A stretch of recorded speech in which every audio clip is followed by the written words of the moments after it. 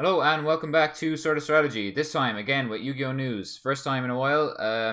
We're basically going to be talking about the shit that was revealed for Duel Links in real life, as I call it. But it's basically they call it speed duels. So yeah, something I've been looking forward to for a while. I really hope this is good. A few of my friends as well that I've been trying to get back into the game for a while who don't seem too interested are interested in this. So that's kind of cool. But yeah, it's basically they've only shown us a few of the core rules, which are basically all the same as Duel Links, or all the same as Duel Links literally. But I thought I'll go through them anyway. It'll be a shorter video, which is kind of nice every now and again. And then also they showed us one of the first skills is Mize, which is nice. We'll see that anyway, and I'll give my opinion what I think about that. So these are all the same as Duel Links. So each player begins with 4,000 life points. Each player starts the game with 4 cards in hand. The main deck size is 20 to 30 cards. 5 cards maximum in your extra. Each player has one skill card. Skill cards' effects do not use the chain, which is kind of fairly obvious, but obviously not quite. Especially if it was something that gives attack or something like that, people might try to chain. But anyway, it's the same as Duel Links. Extra deck monsters can be placed in the main monster zone, so there are no extra deck monster zones, which is kind of expected. It's basically the same as Duel Links. So 3 monster zones, 3 spell and tracker zones, a field spell zone, and a graveyard. You don't draw on your first turn if you're going first. Hand size limit is 6. You can have 3 copies of any card in your deck. Each player will have one skill card that they place near the dueling field to start the duel. Right, okay. No main phase 2. So you set any spell and traps before your battle phase, same as Duel Links.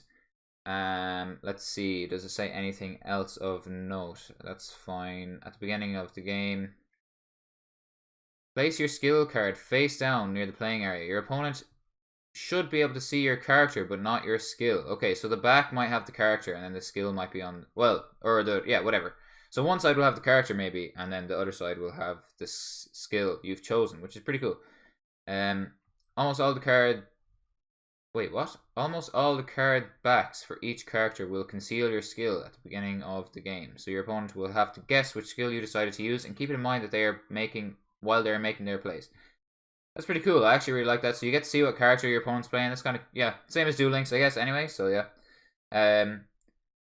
Meet the activation requirement. Blah, blah, blah. Use your skill. Okay, so this is what it looks like. Literally art from Duel Links. So yeah, it's kind of cool. Nothing to complain about there. At the start of the duel, flip this card over. That's the requirement. Okay, so you can see the requirement. Okay. So both players can see the requirement. That's kind of cool. Here we go. This is the first skill we've seen, and for the first character, we know the characters already, first 6 characters, but yeah. So my skill: if you have an Amazoness monster and harpy, I guess is what I meant to say there, or accidentally said. Amazoness monster and a harpy monster. So that's very important. In your hand, draw a card.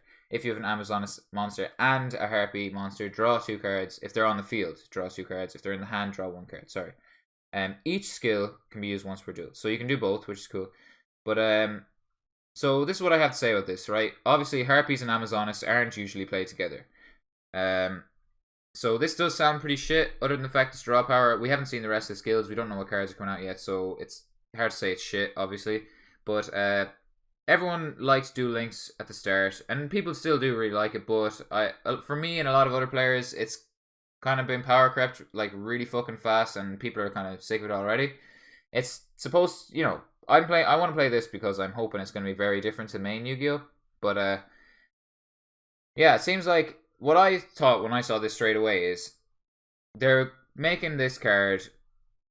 I hope so that it might be actually considered competitive to mix 2 archetypes that have no synergy for your skill. You know what I mean, and that'll help with what's the word, power creep. So basically, in a year's time, this effect could just be shit if they bring out better skills and better cards. I guess like you might play this skill and have no harpies or Amazoness in your entire deck, because that's what I'm afraid of basically.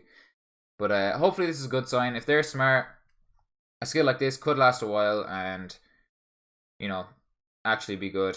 Like the drawing is nice and all that, but playing harpies and Amazoness together, obviously I was gonna say it's pretty random, but obviously my played these 2 decks. But yeah, that's kind of all I have to say. So yeah, give your opinion if you like.